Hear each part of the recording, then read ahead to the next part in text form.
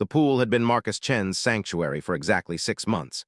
He'd spent 42 years building it, a modest but meticulous 15 by 30-foot oasis with travertine tile, a zero-entry system, and a filtration setup that would make a resort jealous.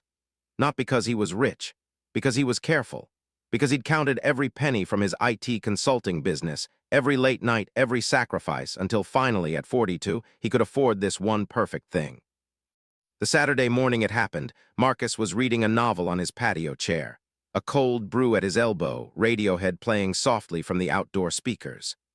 The June heat was climbing toward 90, but here, under the pergola, watching the water ripple with light, he felt suspended in exactly the right moment of his life. That's when he heard the first splash. Marcus didn't look up immediately. The neighborhood kids, he'd seen them around, 8 or 9 of them, varying ages, living within a 2-block radius. They seemed nice enough. He'd waved at them. But his pool was behind a 6-foot cedar fence. Its gate was latched. He'd installed a latch specifically because he wasn't interested in being a community pool. The second splash came with laughter, high-pitched, uninhibited. Marcus set down his book and stood, moving toward the gate. Through a gap in the fence boards, he could see them, 4 kids, maybe 5, in the pool. A girl in a neon bikini was doing cannonballs off his diving board. A boy was doing laps. 2 younger kids were splashing in the shallow end, their inflatable inner tubes bright against his carefully maintained water clarity. His first thought was practical. Are they going to drain the filter? That's expensive. His second thought was angry. Who the hell do they think they are? Marcus opened the gate. The laughter stopped immediately. The kids froze like animals sensing a predator. Out, he said simply, now. The girl on the diving board, maybe 14, with an attitude already hardening her face, rolled her eyes. We're not hurting anything. Chill out. Chill out, he'd heard those words before, usually from people who had never in their lives had to earn anything. Marcus felt his chest tighten. Out of my pool right now. The tone in his voice must have registered because the kids started moving.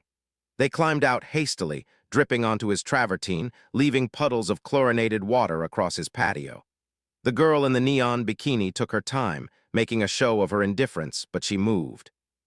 My mom's been to like actual resort pools, she said as she passed him. This isn't even that nice. Marcus didn't respond. He watched them file out the gate, then latched it behind them. His hands were shaking slightly, a combination of adrenaline and rage he didn't entirely understand. It wasn't just about the pool. It was about the entitlement, the assumption, the way the girl had looked at him like he was being unreasonable for not wanting her in his personal property. He was rinsing off the patio when she appeared at the gate. She was tall, probably mid-40s, with the kind of yoga-toned frame that came from expensive gym memberships. Her blonde hair was pulled into a high ponytail. She wore athleisure, designer leggings, a crop top that showed a flat stomach. Her face was pretty in a sharp-edged way, and right now it was angry. Can I help you? Marcus asked, though he already knew he couldn't. Those are my kids you just yelled at, she said, not bothering with a gate. She pushed it open like she owned the place. They were just having fun. It's 90 degrees out and there's a pool. What's the big deal? Marcus turned to face her fully. The big deal is it's my pool, on my property, that I paid for without permission. Oh my God, seriously? The woman laughed, a sharp, brittle sound. They're kids. Kids go swimming. It's summer. Don't be that guy. That guy? Marcus felt something crack inside him. That guy who doesn't want strangers in his private pool. There's nothing private about a backyard pool in a residential neighborhood. She took a step closer, and he could smell her perfume, something expensive and cloying. They're not doing anything wrong. They're just kids. Get out, Marcus said quietly. Now. The woman's face flushed. You know what? Fine, we'll leave, but you're going to regret treating us like this. We're neighbors. We could be friends. Instead, you're acting like a total. Marcus closed the gate in her face. He stood there for a long moment, listening to her mutter something angry on the other side before her footsteps faded. He could hear her voice calling to the kids. Come on, you guys. That guy is a jerk anyway. We'll find a different pool. He returned to his chair, but the moment was broken. He tried to read, but the words wouldn't stick. His coffee had gone cold. The music felt irritating now instead of soothing. He was acutely aware of every car passing, every sound waiting for them to come back. They didn't, that day anyway. But they did come back the next Saturday. This time there were 6 of them, and they came earlier, clearly counting on Marcus being somewhere else. He wasn't. He was cleaning the pool filter when he heard the shrieking. He emerged from the equipment shed to find the gate hanging open and 8 kids, not 6. Apparently word had spread in his pool. The girl in the neon bikini was back, along with several others he'd never seen before. One boy was trying to climb the fence of his spa. A younger kid was doing backflips off the diving board. Marcus felt a cold fury settle into his bones. "Everyone out," he shouted. They didn't move with the same speed this time. Clearly, there had been a strategic discussion. The girl in the bikini actually turned around in the water and looked at him like he was being unreasonable. "You're going to drain your pool eventually anyway," she called out. "We're not hurting it." Now his voice cracked like a whip. This time they moved, but there was resentment in their movements. As they climbed out, one of the older boys deliberately splashed water toward Marcus as he passed. "You're kind of a psycho," the boy said. Marcus grabbed his arm, not hard, just enough to stop him. The boy's eyes widened. Marcus let go immediately, unsettled by his own instinct, by how close he'd come to something worse. "Don't ever trespass on my property again," Marcus said.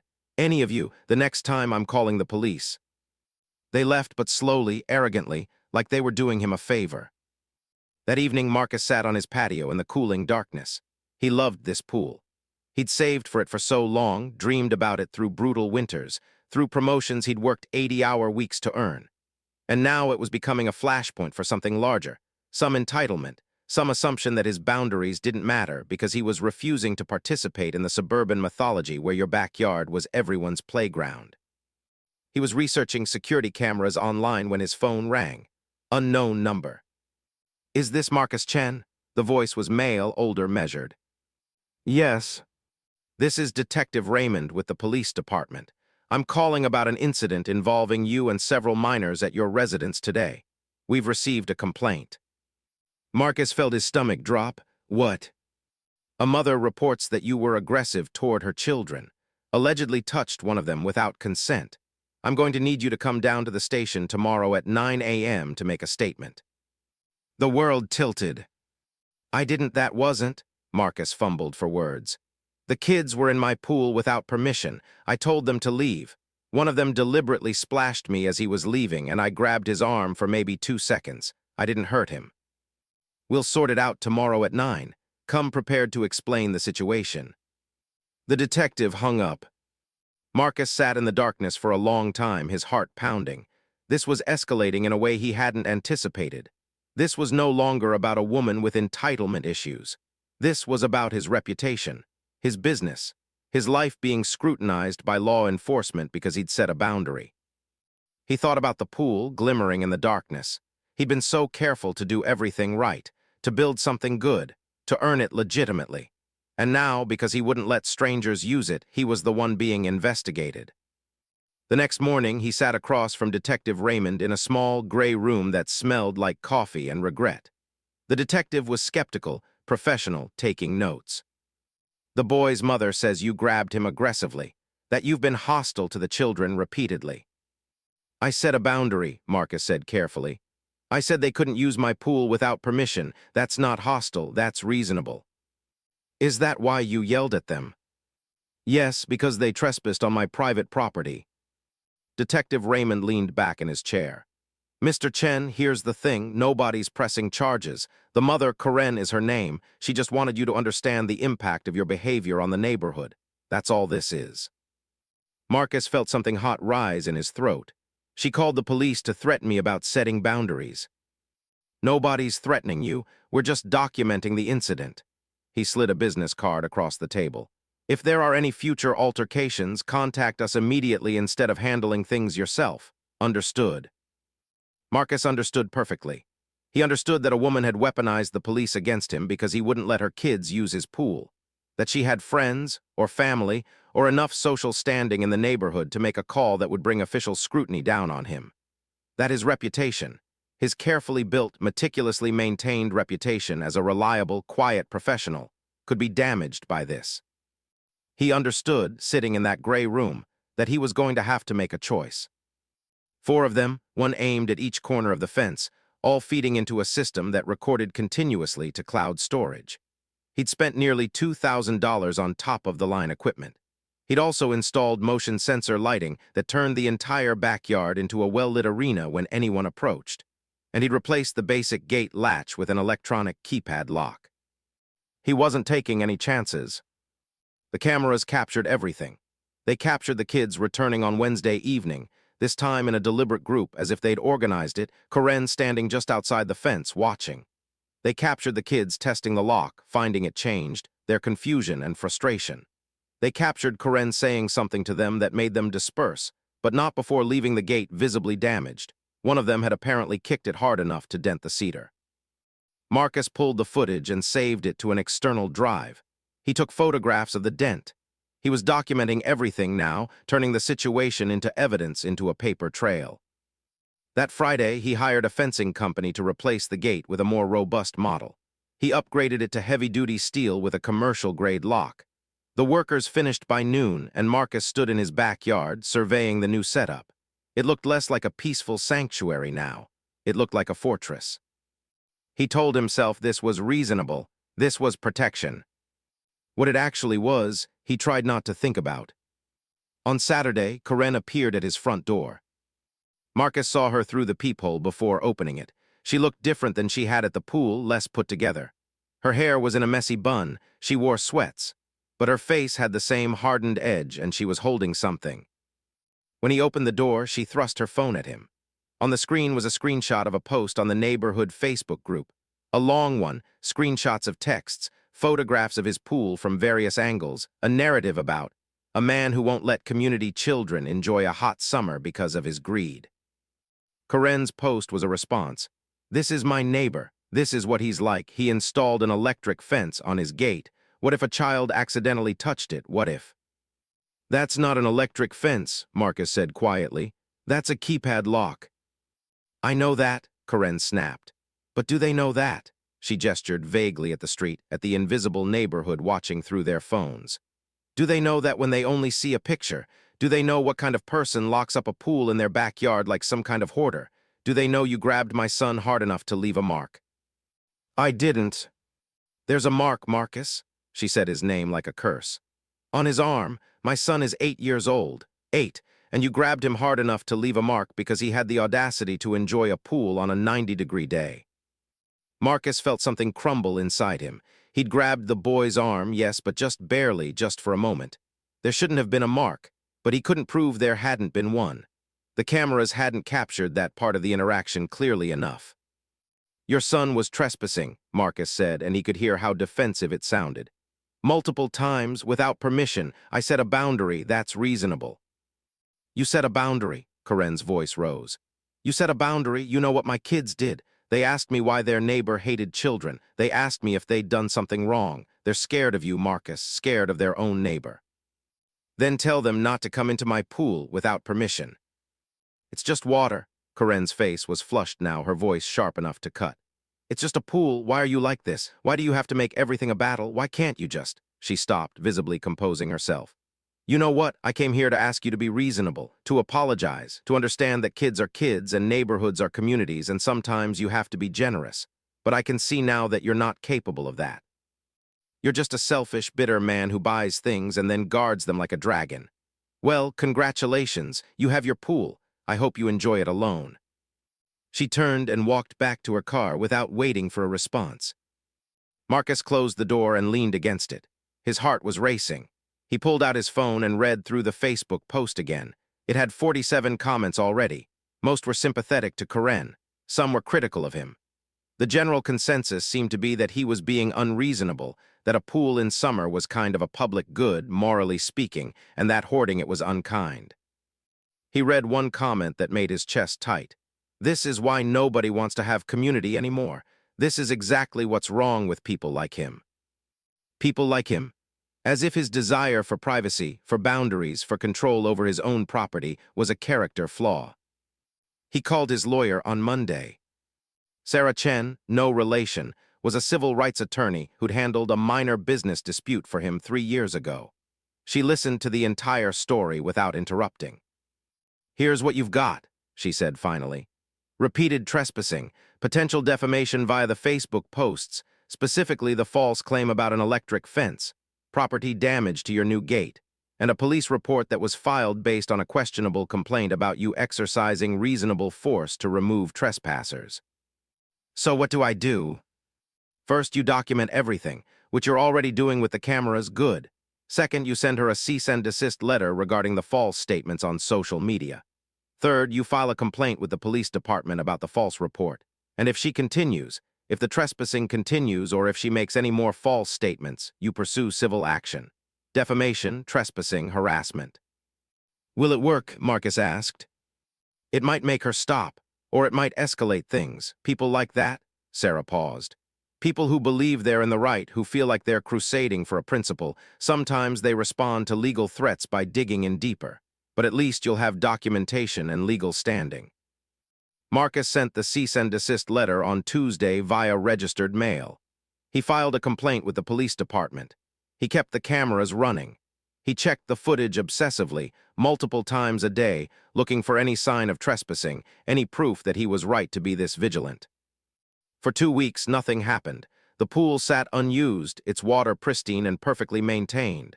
Marcus swam in it once at 6 in the morning, and even that felt tainted by anxiety. Every sound made him check the cameras. Then Karen's response came. It wasn't legal, it was social. He organized a neighborhood pool party. In her backyard, right next to his fence.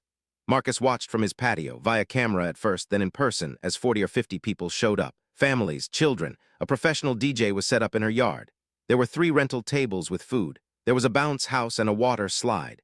And there was Karen at the center of it all, laughing, talking, her arm around her children's shoulders, looking like the kind of person who brought communities together. It was brilliant, and it was vicious. The message was clear. This is what community looks like. This is what kindness looks like. This is the opposite of Marcus Chen. He watched the footage later. He watched people glance at his fence, at his cameras, with expressions that ranged from pity to disdain. He watched one woman say something to another, both of them shaking their heads. He watched his reputation, the thing he'd built so carefully, being dismantled in real time by a woman who'd weaponized the neighborhood against him. That night he sat in the darkness by his pool, which now felt less like a sanctuary and more like a monument to his own isolation. The next morning he made a decision. He called a pool removal company. They came the following day with a backhoe and a dump truck. Marcus stood in his air-conditioned house and watched through the window as they drained his pool. The water that he'd paid for so carefully to maintain, that he'd filled with such pride, poured out onto his lawn in enormous volumes, creating temporary rivers across his grass. It took 6 hours. By the time they were finished, there was nothing left but a concrete shell, soon to be filled with dirt and replanted with sod. By the end of the week, the entire 15 by 30-foot space was blank, as if it had never existed. Marcus stood in his backyard and looked at where his sanctuary had been. He didn't feel relieved. He felt erased. His phone buzzed, a text from an unknown number. You made the right choice. Community is better than isolation, Karen. He blocked the number without responding, but he checked his security cameras obsessively anyway, waiting, knowing somehow that this wasn't over. Marcus woke up thinking about it. He went to bed thinking about it. The smooth grass that was slowly taking root, the perfect rectangle where water used to be. It was like erasing a part of himself. The part that had believed he could have something nice, that he could work hard, do everything right, and build something that was just his. Instead, he'd surrendered it. In the weeks that followed, his business suffered. Not financially. His consulting work was steady, reliable, but mentally. He found himself struggling to focus in meetings. He'd be discussing cloud migration strategies with clients, and his mind would drift to Karen's face as she'd walked from his front door to the pool party to the backhoe's bucket scooping into his investment. He started spending more time online, reading the neighborhood Facebook group obsessively, watching how Karen had been elevated to community hero. There were photos from the pool party tagged and shared dozens of times. People posted about how refreshing it was to have a neighbor like that, someone who understood what community really meant. One post from a woman named Jennifer specifically mentioned Marcus. It's sad how people can be so isolated. If anyone here has a neighbor like that, maybe reach out. Show them there's a better way. The comments flooded in with agreement. It became almost a mission, to rescue people like Marcus from their own selfishness. What made it worse was that none of them knew him. None of them had any idea who he actually was, but they had a narrative, and narratives are powerful. They felt righteous about their condemnation of him, and righteousness is intoxicating. 2 weeks after the pool was filled in, Marcus noticed the first subtle acts of vandalism. His mailbox had been hit with something. The side was dented, though not badly. His trash cans, which he always kept neatly at the curb on collection days, started being knocked over before the truck arrived. His front lawn developed a brown spot. Maybe it was just dead grass, or maybe someone had poured something on it. Marcus checked his security footage constantly. The cameras captured very little. Someone who seemed to know where they were positioned, who kept their face down, who moved quickly. The police, when he reported it, seemed skeptical. It could be raccoons, the officer suggested. Vandalism from a pool party? Maybe, but it's hard to prove without clear footage of someone actually committing the act. One night, unable to sleep, Marcus sat in his dark kitchen and made a list in his phone. June 15. First pool intrusion, 4 kids, identified the girl later as Emma Petty, Karen's daughter. June 22. Police report filed by Karen. June 30. Cease and desist sent. July 5. Neighborhood pool party, estimated 40-50 attendees. July 12. Pool removal completed. July 15. Mailbox damaged. July 19. Trash cans vandalized. July 23. Possible lawn damage. He added dates, he added details. He was building a case, but against what? Against whom? Against the amorphous judgment of a neighborhood. His mother called on a Tuesday evening. "How is everything?" she asked, the way she always did. She lived 3 hours away in Sacramento, running a small bookstore that she'd owned for 20 years. She was one of the most genuinely kind people Marcus knew, and he'd never told her about any of this. "It's fine," he said automatically. "You don't sound fine." He almost left it there, but something in her voice, the genuine care, the willingness to listen without judgment, cracked something open in him. He told her everything, all of it. The pool, the kids, Karen, the police report, the Facebook posts, the removal, the vandalism, all of it. His mother listened without interrupting. When he finished, she was quiet for a long moment. "Oh, Marcus," she said finally, and there was sadness in her voice that made his chest hurt. "What are you doing?" "What do you mean? I'm protecting myself. I'm documenting." "You're destroying yourself," his mother said gently. "Baby, you're destroying yourself more effectively than anyone else could. You removed your pool, you have cameras everywhere. You're checking security footage like someone watching for an invasion. What are you trying to protect?" "My home, my privacy, your peace," his mother finished. "And you think you're going to get it by fighting, by winning, by proving that you were right and she was wrong. But Marcus, there is no winning that fight, not against someone who's already decided that she's the hero and you're the villain." Marcus wanted to argue. Instead, he started crying, silent in his dark kitchen, holding a phone to his ear while his mother listened to him fall apart. "I was just protecting my things," he said. "I was just setting a boundary." "I know, honey, and you had every right. But sometimes the right thing and the healthy thing are different, and I think you've gotten so focused on proving that you were right that you've forgotten about just living."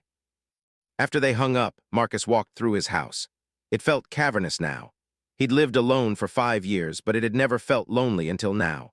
He thought about the way his home had transformed from a space where he'd built something he loved into a fortress, a compound, a place where he was constantly defending himself against people who might not even be coming. He thought about the pool party in Karen's yard. He thought about all those people together, happy in community. He thought about his own isolation. The next morning, he did something he hadn't done in 3 years. He called in sick to work. He spent the day in his backyard, just sitting, looking at where the pool used to be. The sod had taken pretty well. In a few weeks, you wouldn't be able to tell there had ever been anything there. It would just be grass, blank, anonymous, forgettable. That evening, Marcus made a decision. A real one. Not running, not hiding, but actually choosing something different. He opened Facebook. He found the neighborhood group and scrolled back through the posts about him. There were 37 of them now, spread across weeks. Some malicious, some well-meaning but condescending. He read them all. Then he wrote a post. "Hi everyone, my name is Marcus Chen. I'm the neighbor with the pool that became kind of an issue. I want to address this directly instead of through rumors or indirect comments. I was wrong about how I handled the situation. Not about the boundary. I think it's reasonable to want privacy on your own property, but about everything else. About being hostile when communication would have been better. About removing my pool instead of finding a compromise. About letting this situation escalate into something that hurt my neighborhood. I'm reaching out to Karen specifically. I'd like to talk. I'd like to understand your perspective better, and I'd like to figure out if we can start over. For everyone else, I'm sorry if I've made you feel unwelcome on my street. That was never my intention. I'm just learning how to be a better neighbor. He hit post before he could second-guess himself. The responses started coming within minutes. Some were skeptical, some were forgiving. Some, he noticed with a strange mixture of relief and disappointment, were from people he didn't recognize who seemed to have crafted entire personas around hatting him. But one response was from Karen, and she'd commented within an hour of his post. "This is a good start, let's talk." They met at a coffee shop halfway between their houses, neutral territory, though Marcus didn't know if that mattered anymore. Karen was already there when he arrived, sitting in a corner booth with 2 cups on the table. She'd gotten him a coffee, black, no sugar. She'd somehow remembered his order from a casual conversation he'd had with her husband at the mailbox almost a year ago before any of this happened. "Hi," she said simply. "Hi," Marcus replied and sat down across from her. They didn't start with apologies.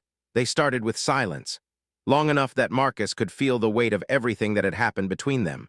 The trespassing, the police call, the legal threats, the pool removal, the vandalism, the Facebook posts. Months of escalation that had somehow ended in mutual destruction. "I was angry," Karen said finally. "I still am, kind of, but the post you made, I read it and I realized something. I was so focused on being right, on making you understand why I was right, that I stopped thinking about whether my actions were actually accomplishing anything good." "That's how I felt too," Marcus said. "Like once I started defending my position, I couldn't stop. Like backing down meant I was admitting defeat." "You did back down, though," Karen said. She wasn't smiling, but there was something softer in her face. "You took down your pool, and that was—" She paused, seeming to choose her words carefully. "That was either the most stubborn thing you could have done or the most selfless. I'm still not sure which." "It was stubborn," Marcus admitted. "It was me saying, fine, I'll remove the thing you want rather than let you enjoy it. Which is pretty petty." "Yeah," Karen agreed. "But it also made me think about why I cared so much. Why my kids using your pool mattered that much to me." She wrapped her hands around her coffee cup. Outside, the June afternoon was turning golden, the kind of light that comes in the late afternoon in California. "I think," Karen continued slowly, "that I was using your pool as a symbol, like it wasn't really about my kids swimming. It was about the idea that we're all supposed to share and care for each other, that you were this selfish person who was choosing isolation over community. And once I'd decided that narrative, once I'd told it to other people and had them agree with me, I couldn't really back down from it. You became a project. You became a problem I needed to solve." Marcus recognized something in what she was describing. "I did the same thing," he said. "I decided you were entitled, that you had no boundaries, and once I decided that, everything you did confirmed it. The trespassing was entitlement. The police call was weaponizing the system. The pool party was a deliberate attack. I turned you into a villain." "And I turned you into one," Karen said. She looked up from her coffee, and Marcus saw tears in her eyes. "My kids asked me the other day why we can't be friends with you, and I realized I didn't have a good answer. I realized that I'd poisoned their relationship with a neighbor for a reason that doesn't actually exist anymore, because I'd convinced myself that you hated children." "I don't hate children," Marcus said quietly. I didn't know how to say no, and once you didn't respect that no, I didn't know how to go back." They talked for 3 hours. They drank more coffee. They walked back through the entire summer, examining it from different angles, understanding how 2 reasonable people could get so completely entrenched in conflict. Karen explained that she'd grown up as a yes parent. Her own mother had been strict, boundaries everywhere, and Karen had rebelled against that by trying to be the opposite. It meant she sometimes struggled to teach her own kids that other people's boundaries existed. That was a blind spot, she acknowledged. "I was trying so hard not to be my mother that I made myself into someone who respects nothing." Marcus explained that he'd grown up with very little, That having things, owning things, had always meant he could control his environment, that his need for security and boundaries had calcified into something rigid. I was so afraid of losing my agency that I forgot that relationships are about agency too, about letting people in. By the time they left the coffee shop, something had shifted. Not forgiveness exactly, but understanding. "I want to make things right," Karen said as they stood in the parking lot. "But I don't know how. Your pool is gone." "I didn't want a pool anyway," Marcus said, and was surprised to find it was almost true. "I wanted to feel like I had control over my life. It's not the same thing, and I think I knew that, but I was too invested in the conflict to admit it." "What do you want now?" Karen asked. Marcus thought about it honestly. "I want to not be angry all the time. I want to not check my security cameras obsessively. I want to know my neighbors, maybe not be best friends, but just be part of something." "I can help with that," Karen said. She pulled out her phone and opened the neighborhood Facebook group. "Can I post something?" "Sure," Marcus said cautiously. She typed, "I want to publicly apologize to Marcus Chen for turning a simple boundary disagreement into a neighborhood drama. He was right to set limits, and I was wrong to not respect them. I'm also sorry to everyone else for making this person into a villain when the truth is more complicated. We've talked things through, and I've learned something important about respecting other people's choices. I hope Marcus can forgive me, and I hope I can do better as a neighbor." She showed it to him before posting. Marcus read it twice. "You don't have to do this," he said. "I know," Karen replied, "but I started a narrative that hurt you. I have some responsibility for ending it." She posted. The comments started immediately. Some defensive, people who'd become emotionally invested in the narrative that Marcus was a villain. Some supportive, some confused, but the narrative began to shift, and within hours the tone of the conversation had fundamentally changed. Over the following weeks, things normalized in a way that felt almost miraculous. Karen introduced Marcus to her kids properly. Emma, the girl who'd been the face of the invasion, apologized. So did the other kids. They seemed to have been living with this narrative too, that Marcus was a bad person, a hater of children. And when it changed, when their mother explained that actually he was just a person who wanted privacy, they seemed relieved. Like they'd been holding onto something heavy and could finally put it down. One Saturday, Karen stopped by with cookies she'd baked. They sat on his patio. He'd removed the security cameras, and she asked if he'd ever consider getting another pool. "Maybe," Marcus said, "but I think this time if I did, I'd want to share it more. I think I've learned that control is different from peace." "We could go in on something together," Karen suggested. "Like a shared pool between our two houses. We could split the cost, share the maintenance. You'd have privacy, but also community." Marcus didn't immediately dismiss the idea. "Let me think about it," he said. She smiled. "That's all I'm asking." As she was leaving, Marcus asked, "Why didn't you just talk to me? At the beginning, why did you call the police?" Karen stopped and turned back. "Honestly, because I was scared. Because when you yelled at my kids, I felt defensive and attacked, and that's how I respond when I feel that way. I go on offense. I make it someone else's fault. But if I'm being totally honest, I should have gone to your house, knocked on the door, and had a real conversation.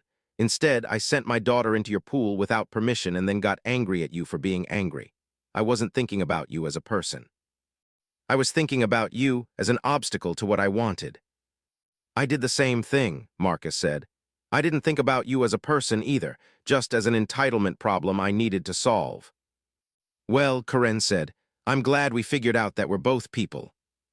After she left, Marcus sat in his backyard for a long time. The spot where the pool had been was now completely grown in, indistinguishable from the rest of his grass.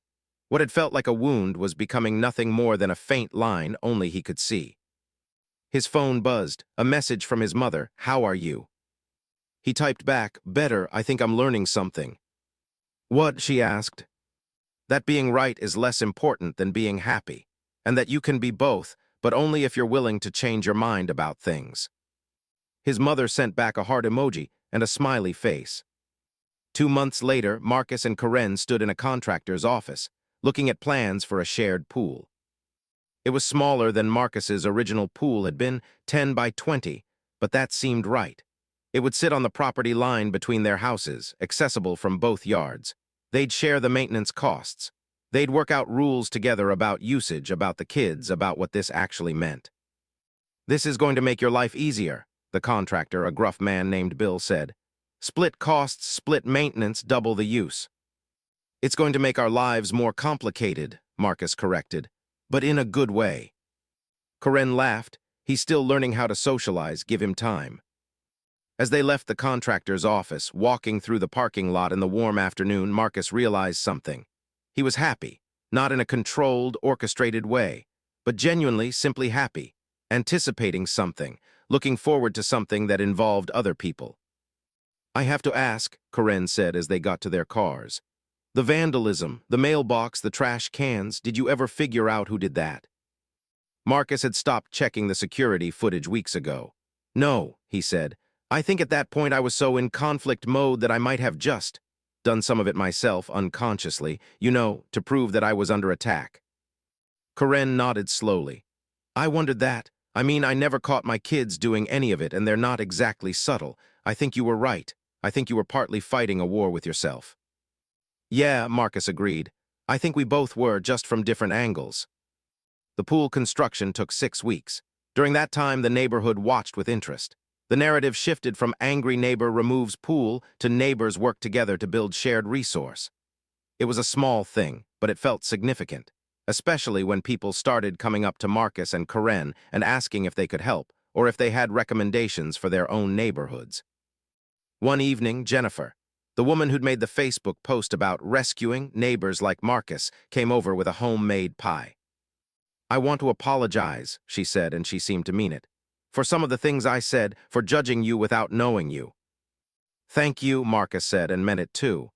But I did give you a lot of reasons to judge me at first. I wasn't being reasonable. I was just being protective. I didn't know that context, Jennifer replied. I just saw someone being mean to kids, and I decided what that meant about you. I should have been more curious before I was so certain. We all do that, Marcus said. I did it too, so maybe we all just need to practice being more curious. It became kind of a pattern. Not everyone made amends. Some people held onto their original narrative about Marcus, and he decided to just let them. He couldn't control what people thought about him, and trying to do so was what had gotten him into this mess in the first place. But enough people shifted that it mattered. The neighborhood stopped being a place where he felt under surveillance and became a place where he felt like he belonged. The night before the pool was completed, Marcus couldn't sleep. He walked around his yard at 3 a.m. looking at the newly dug space. The concrete was poured. The equipment was installed. By tomorrow evening, it would be filled with water. He thought about the trajectory of his first pool, from sanctuary to battlefield to erasure. He thought about what this one might become. He hoped it would be different. He thought, with the understanding that comes only after loss, that the pool had never been the real issue. It had been about control, about boundaries, about the story he'd told himself about what security looked like. Real security, he was beginning to understand, wasn't about walls and locks and cameras. It was about community. It was about trust. It was about being willing to be vulnerable because you believed the people around you weren't fundamentally hostile. At 7 a.m., he texted Corinne, "Today's the day." She responded immediately, "I'm bringing champagne, we're celebrating." By noon, the pool was full. By 2 p.m., Corinne's kids were in it, screaming and laughing. By 4 p.m., there were 15 people in Marcus's and Corinne's backyards, swimming, talking, being part of something. Marcus sat on his patio, no longer a fortress, just a patio, and watched everything. Emma, Corinne's daughter, swam by and waved. "Thanks for sharing your pool," she called out. "Thanks for helping me learn how to share," he called back. As the sun was setting, turning the water golden, Corinne came and sat next to him with 2 glasses of champagne. "What are you thinking?" she asked. "That I spent so long trying to protect myself that I forgot what I was protecting myself for," Marcus said. "I wanted to have a beautiful space, but beauty is kind of empty when you're alone in it." "And now?" Corinne asked. "Now I have both," Marcus said. He looked at the pool, at the people in it, at his neighbor sitting beside him, at the community that had seemed so threatening a few months ago but now just seemed like people trying their best. Privacy when I need it and connection when I want it. I didn't think that was possible. "Most good things aren't possible until you decide they are," Corinne said. "And then you have to actually do the work to make them real." They sat together in comfortable silence as the evening deepened. Tomorrow, Marcus would wake up and check his email, handle some consulting work, live his regular life. But he'd be living it differently now, with his gate unlocked, with his cameras gone, with a pool he was sharing instead of defending. It wasn't the life he'd planned. But as he looked around at the contentment on people's faces, at the simple joy of summer evening and shared water, he thought that maybe the life you actually need is better than the life you actually planned. 3 months later, Marcus Chen stood in front of the neighborhood community center, holding a folder. He'd been invited to speak about conflict resolution. Not as an expert, he was no expert, but as someone who'd been on both sides of a neighborhood conflict and had managed to navigate toward peace. The room was packed, 30 or 40 people, maybe more. Karen sat in the front row. Detective Raymond, the one who'd taken the original report, sat near the back, looking curious. "I'm going to tell you a story," Marcus began, "about how to take a simple boundary dispute and turn it into something that hurts everyone, including yourself, and then how to do the harder, braver thing of undoing that." He walked through it all. The pool, the kids, the police call, the legal threats, the social media warfare, the pool removal, the surveillance, the isolation. He was honest about his failings, his rigidity, his inability to communicate, his need for control. He was honest about Karen's failings too, her disrespect for his boundaries, her weaponization of social pressure, her initial unwillingness to see him as a complete person. But most importantly, he talked about what changed, about the conversation at the coffee shop, about deciding that being right was less important than being at peace, about the courage it took to post that apology and genuinely mean it. "What I want to tell you," Marcus said, "is that most conflicts don't need complex solutions. They need simple, brave choices. They need someone to say, 'I was wrong.' They need someone to listen when that's said. They need people to be willing to see each other as human beings instead of as obstacles or enemies." He talked about the shared pool, about how it had changed not just his relationship with Karen, but his entire experience of community, about how one decision, to share instead of protect, had rippled out and affected dozens of people. "I'm not saying everyone should have a community pool," he said. "I'm saying that most of us are carrying around conflicts that could be resolved if we were willing to put down our need to be right. And that's sometimes the thing that seems like a loss. Removing my pool, giving up my need for privacy, is actually the thing that sets you free." After his talk, people came up to him with their own stories. A woman whose husband wouldn't speak to her because of an argument about whose family they'd spend Thanksgiving with. A man whose neighbors were still feuding about a fence line 9 years later. A teenager whose friend group had fractured over a misunderstood text message and nobody knew how to repair it. To each of them, Marcus said some version of the same thing. Someone has to be brave enough to go first. Someone has to be willing to say, "I'm sorry, I was wrong, I'd like to try again." That person might as well be you. As people were filing out, Detective Raymond came up and handed Marcus's card. "I want you to know," the detective said, "that I got a lot of pushback about how I handled the initial report about you. People on the department said I should have been more skeptical, that the complaint was clearly coming from a place of anger rather than actual harm. But I didn't have enough information to know that. I was just responding to what came in. I'm glad it worked out, that's all." "Thank you," Marcus said, and he meant it. "I appreciate you saying that, and I was too harsh in my judgment of you. You were just doing your job with the information you had." After the detective left, Karen appeared with 2 cups of coffee. "You were great up there," she said. "I was proud of you." "I was terrified," Marcus admitted. "That's why it was great," Karen said. "You stood up there and told a story about being wrong. A lot of people can't do that." They sat in the community center after everyone else had left, drinking coffee. "I've been thinking about something," Karen said, "and I wanted to run it by you first before I mention it to others." "Okay. What if we started a neighborhood conflict resolution group? Like monthly meetings where people could bring their issues and talk them through? Not formal mediation, just community members helping each other understand each other better." Marcus considered it. 3 months ago, the idea would have terrified him.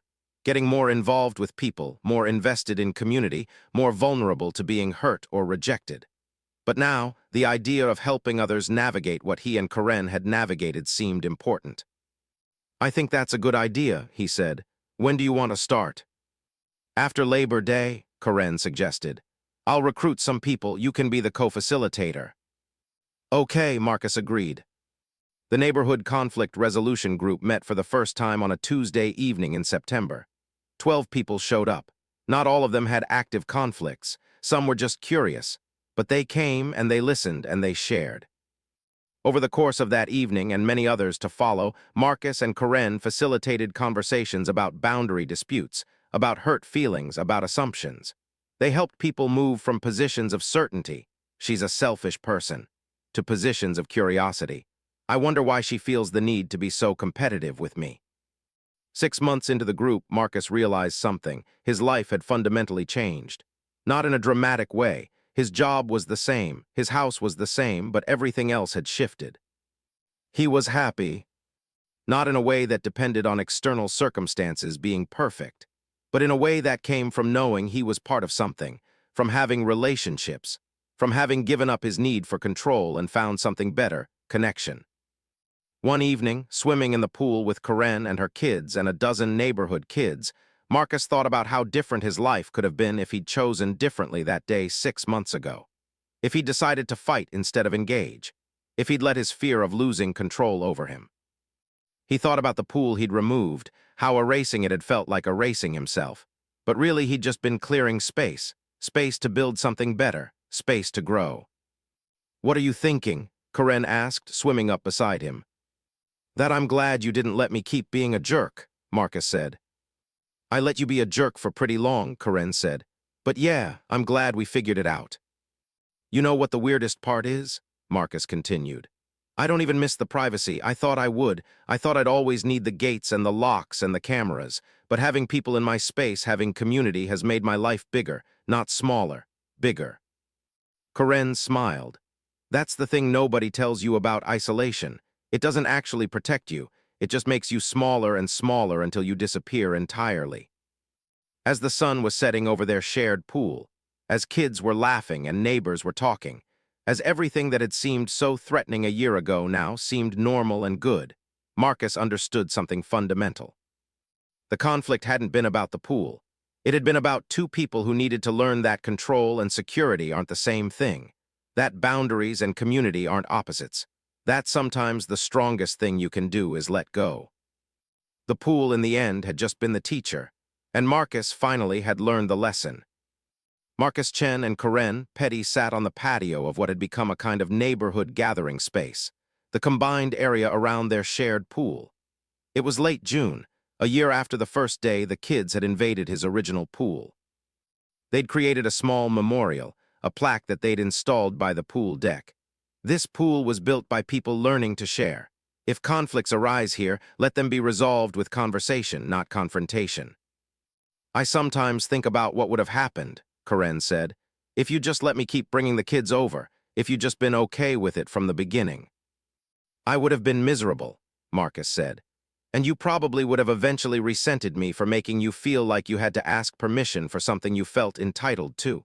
We needed the conflict to clarify what our actual needs were." "Do you think it's always like that?" Corinne asked. "Do conflicts always have to happen?" "I don't know," Marcus said. "But I think the ones that do happen need to be resolved by people willing to be honest about their failures. Too many people just need to be right. They never get to the part where they can be happy." A group of kids splashed into the pool, some his neighbors' kids, some from the community center's summer program. The pool was almost never empty now. It was exactly what a pool in a neighborhood should be, Marcus thought. Shared, maintained, enjoyed, fought over sometimes, but resolved respectfully when conflicts came up. "I was thinking," Corinne said, "about what you said at that conflict resolution thing, about how someone has to be brave enough to go first. I realize now that I was brave first. I reached out to you at the coffee shop. But you were brave second. You accepted that reaching out and changed your mind. Both things matter." "They do," Marcus agreed. "I think I had to hit bottom first. I had to remove the pool and realize I was miserable before I could actually receive your apology. If you'd reached out sooner, I don't know that I would have been ready." "So timing matters too," Corinne said. "Everything matters," Marcus said. "The timing, the willingness, the humility, it's not one thing, it's all of it. And the thing is, most people aren't willing to do all of it. They'd rather be right. They'd rather win. So the fact that we weren't, that we chose something different, that's the real luck." As the evening deepened, and more neighbors arrived with drinks and food, As the pool became the center of a growing community gathering, Marcus thought about his original pool, about what he'd thought it meant to have something beautiful and private, to own something that was just his. He understood now that he'd had it backwards. The real beauty wasn't in the privacy. It was in the sharing. It was in the willingness to let other people enjoy what you'd built. It was in discovering that your needs and other people's needs weren't in competition. They were just different variations of the same human desire to be valued, to belong, to matter. The pool had never been the real issue.